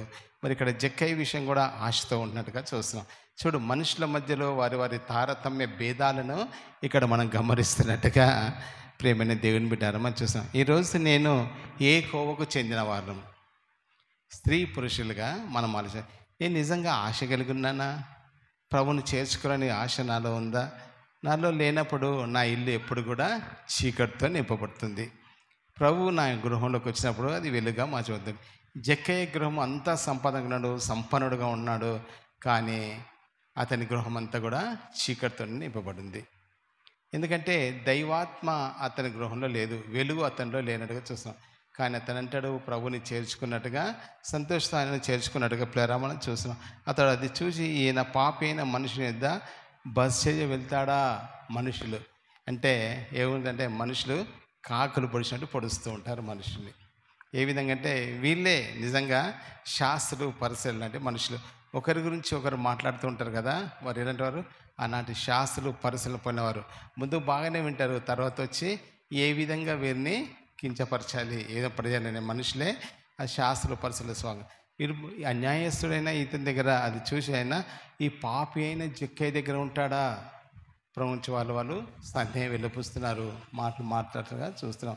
అప్పుడు అంటాడు జక్కయ్య నిలబడి, అప్పుడు అంటాడు అమ్మా విని, ఇదిగో ప్రభా, నా ఆస్తిలో నేను సగము పేదలకు ఇచ్చుచున్నాను. హల్లెలూయా. అన్యాయస్తుడు అన్యాయంగా సంపాదించిన సంపదన, ఒకవేళ ఎవరమైనా మనమంటే అన్యాయమైన సంపదన మనకున్నట్టయితే అది మనకు వర్తించదు. అది ఈరోజే దేవుని సన్నిధిలో ఒకవేళ వాక్యం అని హెచ్చరించినట్టయితే మన ఆస్తిని నిజంగా దేవుని పేరట మనము ఎదుటి వారికి ఇవ్వడానికి సిద్ధపడలే. పాపి అయిన ధనము మనల్ని అగ్నిగుండంలోకి నడిపిస్తుంది. అది గ్రహించిన జక్కయ్య అంటాడు, నా ఆస్తిలో నేను సగము పేదలకు ఇచ్చినాను. 50% అతను ఇచ్చేస్తున్నాడు. మళ్ళీ అంటాడు, ఎవరి యొద్దని నేను అన్యాయంగా తీసుకున్నట్టయితే 4 వంతులు నేను చెల్లిస్తాను. ఏముంది అతని దగ్గర? 1/4% ఉంది. రూపాయి ఉంది అనుకో, పావులనే మిగిల్చుకున్నట్టుగా చూస్తాం. కాబట్టి జక్కయ్య హృదయం కదిలింపబడ్డది. జక్కయ్య నిజంగా మనసు మారింది. జక్కయ్య సత్య అన్వేషణ కలిగి ఉన్నాడు. దొంగిలిస్తున్న మనిషిగా జీవించిన వాడు ఆ దొంగతనాన్ని మానుకొని సమర్పణ కలిగి జీవించినప్పుడు, సమర్పించే హృదయం కలిగినప్పుడు నిజంగా నీ కుటుంబము వర్ధిల్లుతుంది. మరి ఇక్కడ దేవుడు నిజంగా ఆ కుటుంబానికి, చీకట్లో పాపంలో జీవిస్తున్న ఆ కుటుంబానికి దేవుడు నిజంగా మనం చూసినట్టయితే మరి అతనికి కృపనిచ్చాడు. అందుకు యేసుప్రభువు అంటాడు, ఇతడు అబ్రహాము కుమారుడే. హల్లెలూయా. ఏమంటాడు? జక్కయ్య కూడా అబ్రహాము కుమారుడే. ఎందుకనగా నేడు ఇంటికి రక్షణ వచ్చినది. దేవునికి స్తోత్రం. నా సహోదరి సహోదరుడా, ఇక్కడ జ్ఞాపకం, ఎక్కడైతే నువ్వు దొంగిలిస్తున్నావో, ఎక్కడైతే అన్యాయమైన సంపదన కలిగి ఉన్నామో, ఎక్కడైతే అందరినీ మోసపరుస్తూ మనం తింటూ ఉన్నామో, ఎవరి డబ్బు అయితే మన దగ్గర జమ చేసుకొని ఏదో సమకూర్చుకున్నాం అనుకున్నా, కానీ ఒకరోజు అవన్నీ కూడా మిగలవు అన్న సత్యాన్ని జక్కయ్య ద్వారా మనం చూసాం. అది మనకు పరలోక రాజ్యానికి నడిపించదు. దేవుని సన్నిధిలో జీవించడానికి ఎంత మాత్రం కూడా అది ప్రయోజనకరమైంది కాదు అన్న సత్యాన్ని జక్కయ్య ద్వారా మనము నేర్చుకుంటున్నట్టుగా ప్రియమైన దేవుని బిడ్డలారా మనం చూస్తున్నాం. అందుకని జాగ్రత్తగా మనం గమనించినప్పుడు, ఆయన సన్నిధానంలో మనం చూసినప్పుడు దేవుడు ఆ కృపను మనకు కలిగజేశాడు. ఆయన సన్నిధిలో మనం జాగ్రత్తగా జీవించి ఉండాలి. అందుకే అంటాడు, నేను అన్యాయంగా తీసుకున్న అన్యాయంగా సంపాదించిన సంపాదన ఏదైతే ఉందో సగం పేదలకు ఇస్తున్నాను. అంటే అతని 50% పాపములు పోయినట్టుగా మనం చూస్తున్నాం. అతను బలహీనత నుంచి విడుదల పొందుతున్నాడు. మళ్ళీ అంటాడు, అన్యాయంగా తీసుకున్నట్టే దానికి 4 వంతులుగా చెల్లిస్తాను. ఓ సహోదరి సహోదరుడా, ఈరోజు మనం కూడా అన్యాయమైన సంపాదన కొరకు ఆలోచిస్తున్నామా? ఎదుటివారిని ఆశిస్తున్నామా? వారిని నిజంగా ఇచ్చేస్తున్నామా? వారిని అనేకమైన క్షోభకు మనం గురి చేస్తున్నామా? ఏ పరిస్థితి గుండా మనము ఆ ధనాన్ని చేసుకున్నామో అది నిజంగా మనకు నిజంగా దేవుని సన్నిధికి ఎంత మాత్రం నడిపేదు. దేవుని సన్నిధి తరివేస్తుంది. ఎంతగా మనం జీవించిన మన హృదయం మట్టుకు ఎక్కడ డబ్బు ఉంటుందో అక్కడే మనిషి హృదయం ఉంటుంది. అందుకే ప్రభు అంటాడు, ధనవంతుడు పరలోక రాజ్యంలో ప్రవేశింపనేరడు. ఎందుకంటే సూది బెజ్యంలో ఒంటెదురుట సులభమట, కానీ డబ్బు గల మనిషి పరలోక రాజ్యంలో డబ్బు ఆశ గల మనుషులు వాళ్ళు చేరలేరు అనేసి స్పష్టం చేస్తుంది. జాగ్రత్తగా మన జీవితాలు స్థిరపరచుకోవడానికి, మన జీవితం సరి చేసుకోవడానికి ఇదే అవకాశం. మళ్ళీ వారం మనం ఉంటామో ఉండమో, మళ్ళీ సంవత్సరం మనం ఉంటామో తెలియదు, కానీ ఈ రోజైనా నువ్వు మారు మనసు పొందు. లేనేడెలా ఏమంటున్నాడు దేవుడు, అది జాగ్రత్తగా గమనించాలి. కాబట్టి ఈ రోజైనా మనం మారు మనసు పొందాలి. రేపటి దినము మనది కాదు అని చెప్పి వాక్యం. అందుకే జక్కయ్య వెంటనే నిర్ణయం తీసుకున్నాడు. అందుకు అతడు ఏమంటున్నాడు, ఇతడు అబ్రహాము కొండే నేడు ఇంటికి రక్షణ వచ్చి ఉన్నది. ఇక్కడేమని జక్కయ్య యొక్క విశ్వాసం ద్వారా, జక్కయ్య మారు మనసు కలిగి ద్వారా అతని గృహం అంతటి కూడా రక్షణ వచ్చినట్టుగా చూస్తాం. వీళ్ళందరూ కూడా అబ్రహాము బిడ్డలుగానే ముద్రింపబడ్డట్టుగా చూస్తాం. అంటే విశ్వాసులకు తండ్రి అబ్రహాము దేవుని రాజ్యంలో ప్రవేశము అతి సులువుగా తను పొందుకున్నట్టుగా చూస్తాం. హల్లెలూయా. కాబట్టి ఇక్కడ దేవుని సన్నిధిలో అలాంటి ఆధిక్యతను దేవుడు మనకు కలుగజేసినట్టుగా ప్రియ దేవుని బిడ్డలమని చూస్తాం. అందుకని ఆ కృప దేవుడు ఇక్కడ మనకు అనుగ్రహించినట్టుగా ప్రేమైన దేవుని బిడ్డలమని చూస్తున్నాం. కాబట్టి ఆయన సన్నిధిలో నిత్య సంతోషము సమాధానం మనకు అనుగ్రహింపబడ్డట్టుగా మనం గమనిస్తూ ఉన్నాం. అందుకని దేవుడు ఆ చక్కని కృపను మనకు కలిగజేసి ఆయన సన్నిధిలో జీవించి ఆధిక్యతను దేవుడు మనకు అనుగ్రహించినట్టుగా మనం చూస్తున్నాం. అందుకని ప్రియ దేవుని బిడ్డారా ఇక్కడ మనం గమనిస్తాం. మార్క్స్ వార్త 10వ అధ్యాయము 15 నుంచి 27 వచనం వరకు చూద్దాం.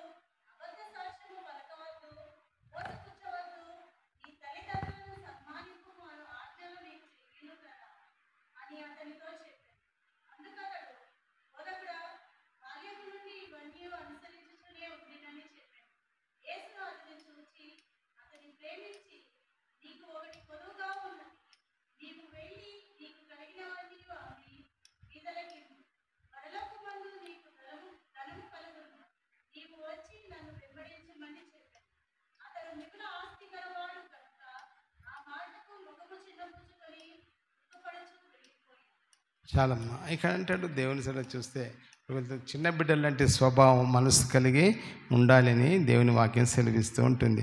అందుకని ప్రియ దేవుని బిడ్డరా అక్కడ చక్కగా ప్రభు వారు హెచ్చరిక చూస్తాం. అతను ప్రభు వెళ్తుంటే ఒక దేవుని సన్నిధిలో చూసినట్టయితే అక్కడ ఒక యవనస్తుడు పరిగెత్తుకుని వచ్చి సద్బోధకుడు అని చెప్పేసి, నేను పరలోక రాజ్యంలో ప్రవేశించాలి, నేను ఏం చేయాలి అంటే అవన్నీ కూడా అతను సెలవిస్తూ ఉంటున్నాడు. ఇక్కడ ఎందుకు అనేది మనం గమనించినట్టయితే అన్నీ కూడా నరహత్య చేయకూడదు, ఇవన్నీ వ్యభిచరించవద్దు, దొంగిలించకూడదు, ఇవన్నీ కూడా ప్రభు సెలవిస్తూ ఉన్నాడు. ఆ మాటలు విని ఇవన్నీ నేను చిన్నప్పటి నుంచి చేస్తూనే ఉన్నాను అంటే, నీకు ఒకటి కొద్దిగా ఉన్నదయ్యా, ఏంటంటే నీ ఆస్తి పేదలకు ఇచ్చి నన్ను వెంబడించు. జాగ్రత్త వినాలి, నీ ఆస్తి పేదలకు ఇచ్చి నన్ను వెంబడించమని చెప్పి ప్రభు అక్కడ ఆ యవ్వనస్తుడితో సెలవు. ఆ యవ్వనస్తుడు మిక్కిలి ఆస్తి గలవాడు, చాలా ధనవంతుడు, అన్నీ చేస్తున్నాడు, అన్నిటి విషయంలో బాగానే ఉంటున్నాడు. కాబట్టి ఆస్తిని ప్రేమిస్తున్నాడు. కాబట్టి అతనిలో కొదవ ఉన్న విషయాన్ని ప్రభు అతనికి సెలవిచ్చినట్టుగా ప్రియ దేవుని బిడ్డరమని చూస్తున్నాం. ప్రియ దేవుని బిడ్డ, ఎక్కడైతే నువ్వు నీ సంపాదన నమ్ముకొని ఆశిస్తూ ఉంటున్నావో అదంతా కూడా వ్యర్థము అని చెప్పి ప్రభు మరొకసారి ఒకటి జక్కయ్య విషయంలో చూస్తున్నాం, రెండోది ధనవంతుని విషయంలో, ఈ యవనస్తుని విషయంలో చూస్తున్నాం. యవనస్తుడు చదివినప్పుడు అంటే అతను మిక్కిలి ఆస్తి గలవాడు కనుక అది డబ్బు మీద మోజు ఉంది, డబ్బు మీద ఆశతో తనున్నాడు. కాబట్టి అతను ఏం చేశాడు, దేవుని సన్నిధిలో నిజంగా ఆ మాటలు విని ముఖం చిన్నపుచ్చుకొని అతను వెళ్ళిపోయినట్టుగా చూస్తాం. ఎందుకంటే ధనము సమస్త కీడుకు మూలము అంటారు ఇక్కడ. కాబట్టి ఆ ధనాన్ని ప్రేమిస్తున్న వారు చాలా ఉన్నారు.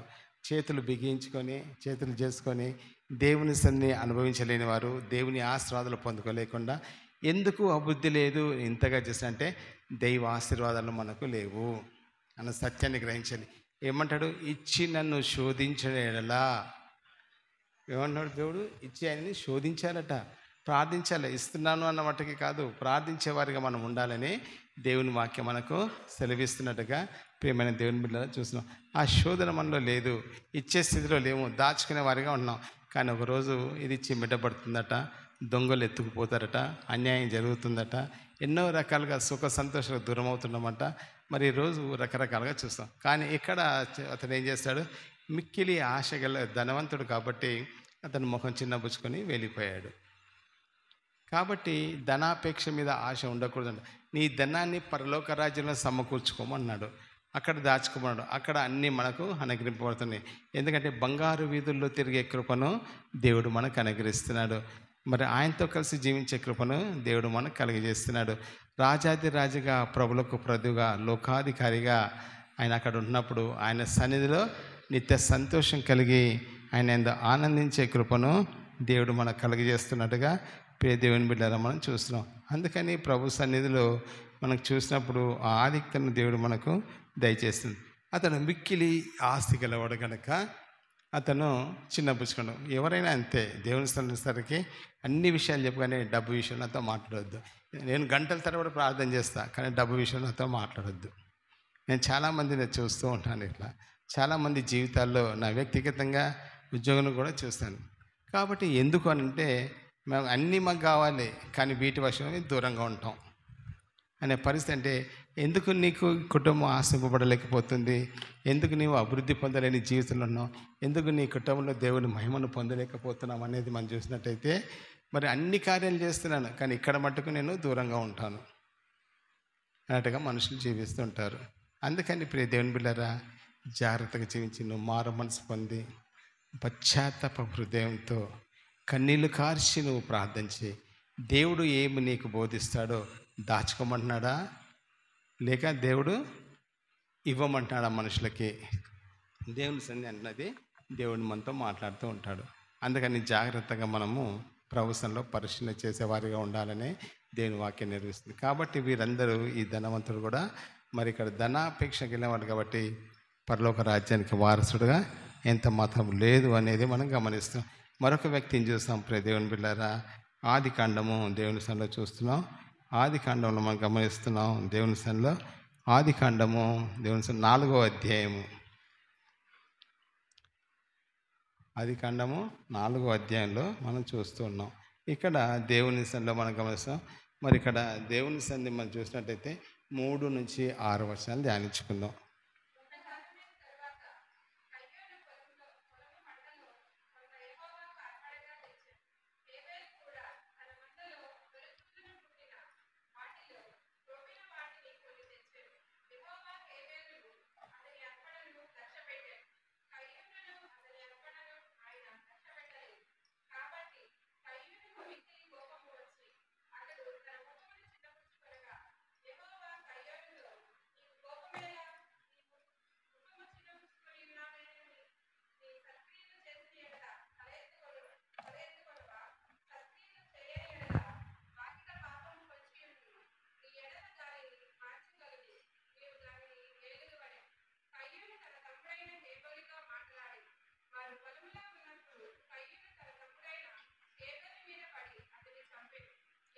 చాలా దేవుని చూస్తుంటే ఇక్కడ గమనిస్తున్నాం. కయీను హేబేలు ఇద్దరు అన్నదమ్ములు. పెద్దవాడేమో వ్యవసాయం చేస్తున్నాడు, రెండోవాడు ఏం చేస్తున్నాడు? గొర్రెల మందను కాస్తున్నట్టుగా చూస్తాం. మరి పెద్దవానికి పంట పొలం వచ్చింది, కొద్ది కాలం గడిచిపోయింది. వీళ్ళిద్దరు కూడా అన్నదమ్ములు ఒకరోజు దేవునికి బలి అర్పించాలని ఒక నిర్ణయంతో వాళ్ళు వచ్చారు. వచ్చినప్పుడు వారు ఏం చేస్తారు? అక్కడ దేవుని సన్నిధిలో మనం చూసినట్టయితే అక్కడ దేవుని సన్నిధిలో వారు దేవునికి అర్పణ ఇవ్వడానికి సిద్ధపడ్డారు. అర్పణ ఇవ్వడానికి వారు సిద్ధపడినప్పుడు దేవుని సన్నిధిలో వారు చక్కని కృపను కలిగి ఉండి దేవుడు వాడిని తీసుకుపోయి ఇచ్చినప్పుడు కయ్యను తన పండిన పంటలో కొద్ది భాగం, పెద్దవాడు చాలా స్వార్థపరుడు, దేవుని సన్నిధిని ప్రేమించాడు, దేవుని సన్నిధికి రాడు, దేవుని సన్నిధిని జీవించలేడు, దేవుని అది వాని జీవితం ఫలభరితం లేని జీవితం. అనేకమైన ఆలోచనలు నేను ఇది అనుకున్నా కానీ వానికి ఫలభరితం లేని జీవితం.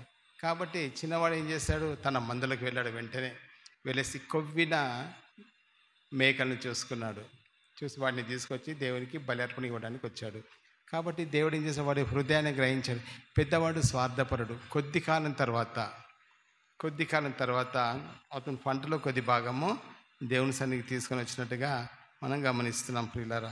ఆ సమయంలోనే అతను ఏం చేశాడు, దేవుని సన్నిధిలో అవన్నీ తీసుకొని వచ్చినప్పుడు దేవుడు అతను ఏం చేశాడు, దేవుని సన్నిధిలో అతను అర్పణను దేవుడు స్వీకరించినట్టుగా మనం చూస్తాం. హల్లెలూయా. చిన్నవాని అర్పణ, పెద్దవాని అర్పణను దేవుడు అంగీకరించలేదు. స్వార్థ బుద్ధి, ఎప్పటికైనా ఈ స్వార్థ బుద్ధి ఉన్నాడు ఏం చేస్తాడంటే దేవుని సన్నిధిలో నాకు నాకు నాకు అని ఆశ కలిగి ఉంటాడు. చిన్నవాడు ఏం చేస్తాడు, దేవునికి సమర్పించాలి. తన మందులకు వెళ్ళాడు. మరి అక్కడ చూసినట్టయితే నిజంగా ఎంతో కొవ్విన వాటిని, చక్కగా ఉన్నవాటిని, కుంటిదాన్నో తీసుకొచ్చి ఇవ్వలేదు. ఎందుకంటే మనుషుల స్వభావాలు బాధ. అతను ఏం చేస్తాడు, దేవుని యందు అర్పణ సమర్పించాలి, సజీవుడైన దేవునికి నేను ఇవ్వాలి అన్న ఆశతో వచ్చాడు. కాబట్టి దొంగిలింపబడే బుద్ధి లేదు, సంకోచించే ఆలోచన విధానము లేని వాడిగా ఉన్నాడు. కాబట్టి అతను ఏం చేశాడు, దేవుని సన్నిధిలో మనం గమనించినట్లయితే కొవ్విన వాటిని ప్రభు సన్నిధికి తీసుకొని వచ్చి ఆయన సన్నిధిలో ఆయనకు తీసుకొచ్చి, అప్పుడు దేవుడు ఏం చేశాడు, చిన్నవాని అర్పణను దేవుడు అంగీకరించినట్టుగా మనం చూస్తూ ఉన్నాం. కాబట్టి వాడిని తీసుకున్నప్పుడు పెద్దవాడు కేవలం ఏమొచ్చింది, ఈర్ష్య వచ్చింది. వాడిలో ఈర్ష్య వచ్చేసి తమ్ముని మీద పగ పెంచుకున్నాడు. కొద్ది కాలానికే తమ్ముడు ఒంటరిగా ఉండ చూసి అతన్ని చంపవేసినట్టుగా మనం చూస్తాం. ఆ తర్వాత ఏమయ్యాడు, దేవుని శాపానికి గురై దేశ దిమ్మరిగా తిరిగినట్టుగా మనం చూస్తున్నాం. ఏమవుతుంది, స్వార్థప్రియులు ఏమవుతాడు, దేశ దిమ్మరిగా కయ్యను అక్కడ ఉన్నట్టుగా చూస్తాం. హేబేలు ఏం చేశాడు, నిజంగా హేబేలు రక్తము చిందబడ్డప్పుడు అది భూమి సాక్ష్యం ఇస్తూ ఉందట. కాబట్టి జాగ్రత్త ప్రియ దేవుని బిడ్డ, మనము స్వార్థపూరితమైన మనసు కాదు కానీ దేవుని యందు సమర్పణ కలిగి జీవించే విశ్వాసం కలిగి మనం ఉండాలని దేవుని వాక్యం మనకు సెలవిస్తున్నట్టుగా మనం చూస్తాం. అందుకని దేవునిలో కొంతకాలమైన తర్వాత అప్పుడు ఏం చేస్తాడు, జాగ్రత్తగా గమనించాలి. ఎప్పుడో ఏదో చేయొచ్చులే. కొంతకాలమైన తర్వాత కయ్యను పొలంలో పంటలు కొంత యెహోవాకు, కొంతకాలమైన తర్వాత అంటే సగం పాతగా అయిపోయింది. అప్పుడు అతను ఏం చేస్తాడు, యెహోవాకు అర్పణగా ఇవ్వాలని తీసుకొచ్చినట్టుగా చూస్తాం. హేబేలు కూడా తన మందలో తొలుచూలిన పుట్టిన వాటిలో కొవ్విన వాటిని, పుట్టిన వాటిలో అంటే కొన్నింటిని అని తెచ్చాను. యెహోవా హేబేలు అతని అర్పణను లక్ష్య పెట్టాను. దేవుని స్తోత్రం. సమర్పణ ఇక్కడ తగ్గింపుగా జీవితం. నేను ఇవ్వాలి అన్న ఆశ, దాచుకోవాలన్న ఆశ కాదు, ఇవ్వాలన్న ఆశ కలిగినవన్నీ దేవుడు అర్పణ స్వీకరిస్తాడు. ఏ హృదయంతో మనం సమర్పిస్తున్నామో అది దేవుడు అంగీకరిస్తాడు. అందుకే దేవునిలో హేబేలు యొక్క అర్పణను దేవుడు అంగీకరించినట్టుగా మనం చూస్తున్నాం. కాబట్టి దేవుని సన్నిధిలో కయ్యను అతని అర్పణను ఆయన లక్ష్య పెట్టలేదు. కాబట్టి కయ్యనుకు మిక్కిలి కోపం వచ్చి అతడు ఆయన ముఖాన్ని చిన్నబుచ్చినట్టుగా చూస్తున్నాడు. ఎందుకంటే దేవుడు అతన్ని లక్ష్య పెట్టలేదు. ఎందుకంటే మనిషి యొక్క గుణగణాలను తెలిసిన దేవుడు, మనిషి యొక్క ఆలోచన విధాన్ని ఎరిగిన వాడు. కాబట్టి దేవుడు ఏం చేశాడు, అప్పుడు అతని పరిస్థితిని చూసి దేవుడు అతన్ని అర్పణ అంగీకరించలేదు. కాబట్టి అర్పణే ప్రాముఖ్యం కాదు, సమర్పణ మనసుతో జీవితంతో మనం ఉన్నప్పుడే అది దేవుడు నిజంగా మంచి హృదయంతో మనం సమర్పించినప్పుడు దేవుడు దాన్ని స్వీకరిస్తాడు అనేది ఉండాలి. ఈరోజు దాచుకున్నట్లో ధనము ఎక్కువ కాదు, దాన్ని దొంగలించడంలో ఉన్నది దరిద్రం కొనసాగుతుంది. అది జాగ్రత్తగా ప్రతి ఒక్కరం గమనించాలి. అందుకే ఆయన సన్నిధిలో అర్పించే అర్పణ గుణలక్షణాలు కలిగి కయ్యను వలె మనం జీవించాలని దేవుని వాక్యం మనకు సెలవిస్తున్నట్టుగా ప్రియమైన దేవుని బిడ్డలు మనం చూస్తున్నాం. అందుకని జయించులో మనం దేవుని సన్నిధిలో వర్ధిల్లుతూ మనం జీవించాలి, ఆయన కలిగి మనం జీవించాలి. మనకి మహిమకరంగా జీవించిన విశ్వాసాన్ని కలిగి మనం జీవించాలనేది కయ్యను ద్వారా నేర్చుకున్నాం. మొట్టమొదటిగా మనం చూసినట్టే కయ్యను అర్పణను దేవుడు అంగీకరించాడు. యథార్థ హృదయుడు, దేవుని ఎందుకు భయభక్తి కలిగినవాడు, సంపన్న జీవితం కలిగినవాడు. కాబట్టి దేవుడు అతని అర్పణను నిజంగా అనుసరించినట్టుగా, దాన్ని విన్నట్టుగా మనం చూస్తాం. కాబట్టి ఈ విధంగా విశ్వాసం లేని జీవితం నిజంగా చూసినట్టే లైఫ్లో మనకు డెవలప్మెంట్స్ ఉండే. జాగ్రత్తగా గమనించాలి. నా లైఫ్లో నాకు డెవలప్మెంట్స్ కావాలంటే మరి ఇక్కడ మనకి ఏముండాలి? సమర్పించే మనస్సు కలిగి ఉండాలి. చక్కని హృదయం కలిగి మనం జీవించాలి. కాబట్టే నో యూజ్, అది ఎంత మాత్రము యూజ్ కాదు. కాబట్టి మనం చూస్తే ఎప్పుడు కూడా మరి బ్లెస్సింగ్స్ అనేవి చాలా దూరంగా మనకు ఉంటాయి. ఆ బ్లెస్సింగ్స్ మనం ఎప్పుడు కూడా పొందుకోలేం. ఎందుకంటే మన గుణం ఎక్కడుంది, మన లక్షణం ఎక్కడుందంటే అందుకే చూసాం కదా, ధనం ఎక్కడుంటుందో మన మనసు వాటి మీదనే ఆధారపడి ఉంటుంది అని చూస్తున్నాం. కాబట్టి ఈ ధనం ఏం చేస్తుంది? సమస్త కేడుకు మూలము. కాబట్టి అందుకే దేవుడు సెలవిస్తాడు, శరీరాశ, నేత్రాశ, జీవపు డంబము అది దేవుని ద్వారా వచ్చింది కాదు. మనిషి స్వార్థపూరితమైన జీవితాన్ని కలిగి ఉంటాడు, కానీ దాని ప్రతిఫలము ఉండదు అనేది చూస్తాం. అందుకని కయీన్ని దేవుడు అంగీకరించాడు, కయీన్ను దేవుడు ఆస్వాదించినట్టుగా ప్రియ దేవుని బిడ్డలమ్మని చూస్తాం. ఆ గొప్ప కృపను నిజంగా దేవుని సన్నిధిలో తను పొందుకున్నట్టుగా చూస్తాం.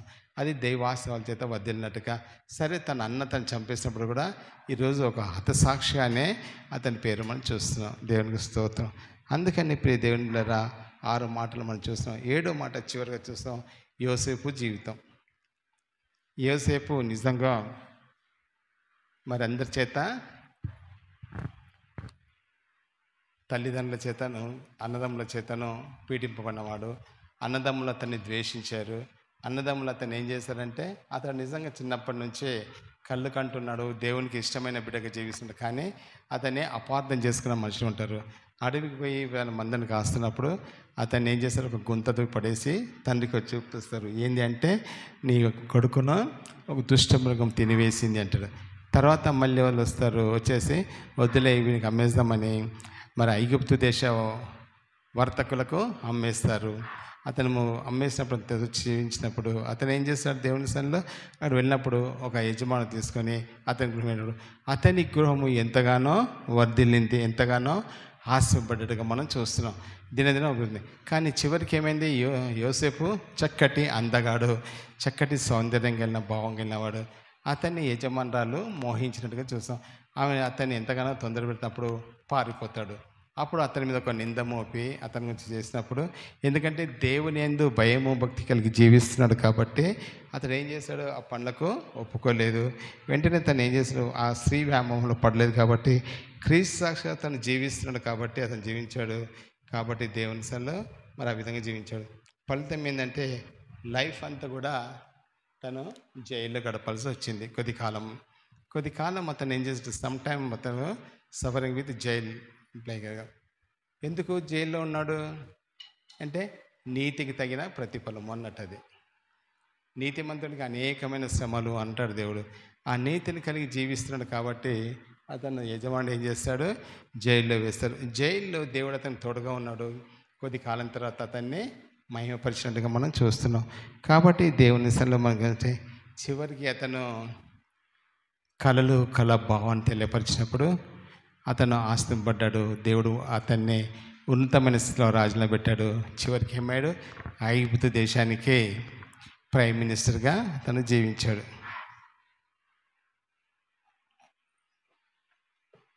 ఏ హోదా కలిగినాడు ఇక్కడ? ఆ దేశానికి బానిసగా అమ్మివేయబడ్డాడు.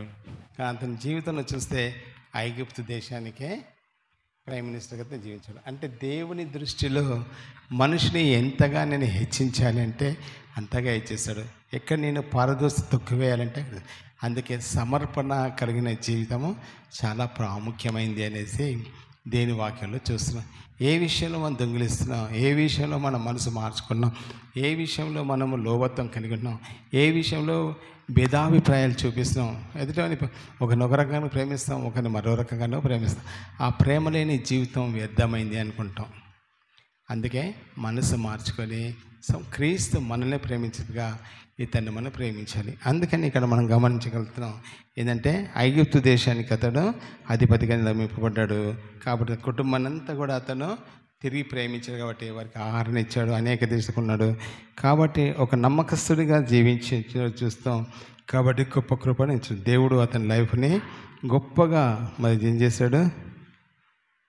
ఆయన అనుసరించే బిడ్డగా నిలబెట్టినట్టుగా చూస్తాం. కాబట్టి అది యోసేపు జీవిత చరిత్ర. నా ప్రియులారా, ఈరోజు విన్నాం కదా, 7 జీవితాలను మనం చూస్తున్నాం. దేవుని కలిగి జీవించినవాడు ఏ విధంగా ఆశపడ్డాడు? దొంగిలించిన వాడు మరి దేవునికి విధేయత లేని వారు ఏ విధంగా జీవించారో చూస్తాం. అందుకే నయమాను అహంపడ చివరికి అతను దేవునికి లోబడ్డాడు కాబట్టి అతను సంపూర్ణ స్వస్థ పొందుకున్నాడు. శతాధిపతి నిజంగా మారు మనసు కలిగి దేవుని సరఫరా అనుసరించడం మనం చూస్తున్నాం. మూడోగా చూసినట్టే 10 మంది కన్యకల జీవితంలో సర్పణాల జీవితంతో సిద్ధపడుతూ వెళ్ళారు. దేవుని రాజ్యంలో 5 వెళ్ళగలిగినట్టు చూస్తాం. అందుకంటారు జక్కయ్య జీవితం, అతను ఏం చేశాడు, మారు మనసు పొంది సమస్తాన్ని కూడా దేవునికి అనుగ్రహించడం మనం చూస్తున్నాం. మరి ధనాపేక్ష కదా ఆ యవనస్తుడు మరి ప్రభు సెలవేగానే మొహం చాటేసుకొని వెళ్ళిపోయింది. ధనాన్ని ప్రేమించాడు కాబట్టి వెళ్ళిపోయింది చూస్తాం. కాబట్టి దేవుని సెల్లో హేబేలు కయన్ల జీవితం చూస్తాం. మరి ఇక్కడ దేవుని సెల్లో చూస్తాం మరి ఏ విధంగా వాళ్ళ మనసులు కన్నాయి. మనుషుల మనసులు కూడా ఆయన కొద్ది కాలం తర్వాత తన పంటను తీసుకొచ్చాడు. వెళితే ఏం చేశాడు, తన మందులకు వెళ్ళి కోయిన వాటిని మొదటి వాటిని దేవునికి సమర్పించిన చూస్తాం. దేవుడు వాడిని స్వీకరించాడు. ఈ చివరికి దేవుడు అనుసరించాడు, జీవించాడు. ఐగుప్తు దేశానికి ప్రధానమంత్రిగా చేశాడు. చివరికి అనేక మాదిరిగా దేవుడు దీవించాడు. ఇది దేవుని సన్నిధిలో మనం ఆయన అనుసరించినప్పుడు, ఆయన వెంబడించినప్పుడు దేవుడు మన జీవితంలో ఇచ్చే గొప్ప ఆధిక్యతగా మనం చూస్తాం. కాబట్టి మన జీవితాలు కూడా దేవుని సన్నిధిలో వర్ధిల్లుతూ అభివృద్ధి పొంది ఆయనకు మహిమకరంగా జీవించే కృపను దేవుడు మనకు దయచేయను. కొన్ని మాటలు దేవుడు మన జీవితంలో దీవించిన గాక ప్రార్థన చేస్తాం. ప్రేమ నమ్మకం కలిగిన మా ప్రియ పరలోకపు తండ్రి, మా ప్రభా, మీ పరిశుద్ధమైన మీ పాదాన్ని బట్టి మీకు వందనాలు చెల్లించడం. ఈరోజు మాతో మాట్లాడినారు, మీ కృపను మాకు ఇచ్చారు. మీ మెన్నెన్ని దేవుళ్ళ నుంచి మీకు మహిమకరంగా జీవించే కృపను దయచేసి మీరు మహిమ పొందమని, మీ దేవుళ్ళు మీ ఆశ్రమకు అనుగ్రహించి మహిమ పొందమని ప్రభా, మీ వాక్యానుసారంగా మేము జీవించి అభివృద్ధి పొంది ఆశీర్వడి మన అనుసరించి కృపను దయచేయమని యేసయ్య నామంలో అడుగుచున్నాము తండ్రి. ఆమేన్.